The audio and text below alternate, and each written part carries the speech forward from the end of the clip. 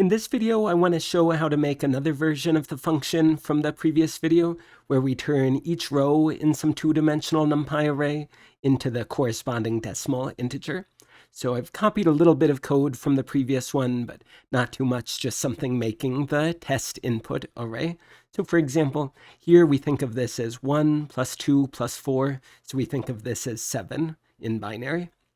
Okay, so let me show you the idea of how we're going to do this.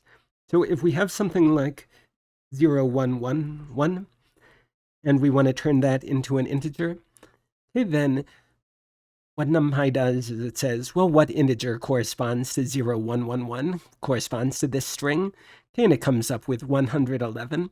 But we can also give a different or we can also give a second input argument to this int function, and that specifies what is the base of the thing I'm using to specify the integer. So here I'm saying it's base 2. And now we get the corresponding thing where we think of this as in binary.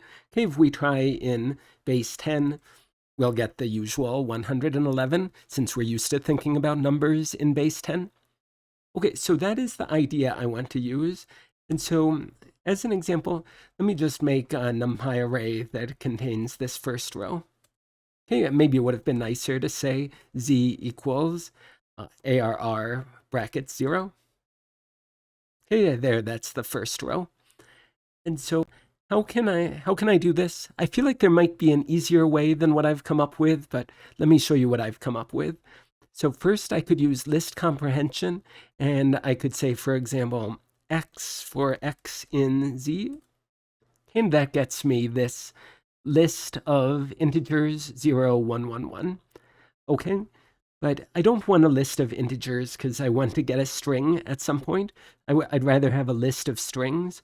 So I'm going to convert each of these, like the 0 and the 1 and the 1 and the 1, I'm going to convert those into strings by wrapping it inside of str. So it looks pretty much exactly the same, but now we have these strings. And now I want to smush these 4 strings together, so I just have the single string 0, 1, 1, 1. And what I first thought of doing for this was to use sum, but Python doesn't let me do that.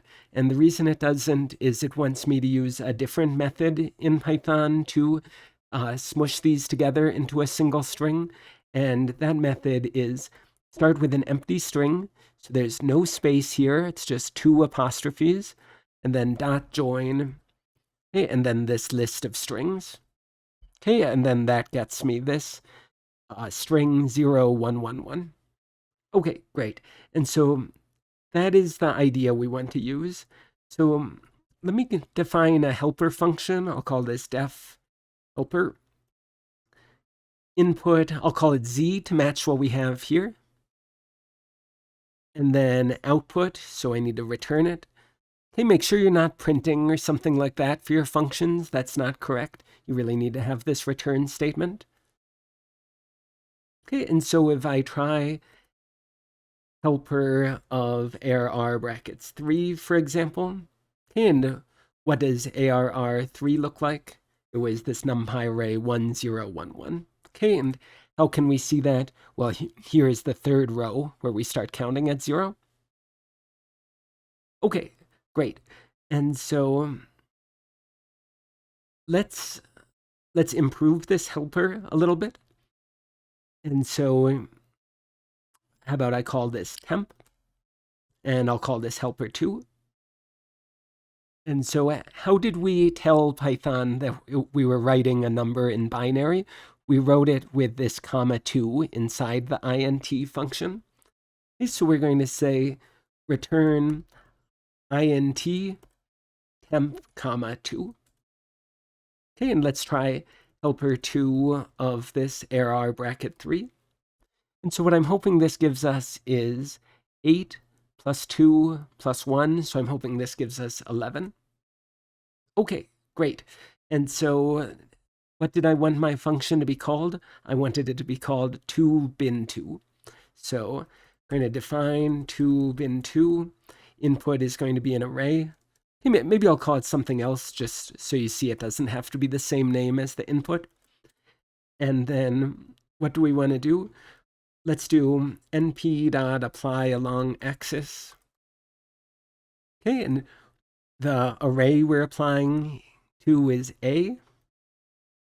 The function we're applying is this helper2. And the axis, okay, we want to plug in something like this. So again, that's axis equals 1. Seems like that's what we usually use. And that's what we want to return, so I can just do this all in one line, I think. And let's try it. 2 bin 2. You see what'll happen if I try to do this? It'll get an error and it'll say A is not defined. So 2 bin 2 ARR. And let's just look at ARR by itself. And so, for example, here gives us 7. Okay, here it gives us 2, and so on.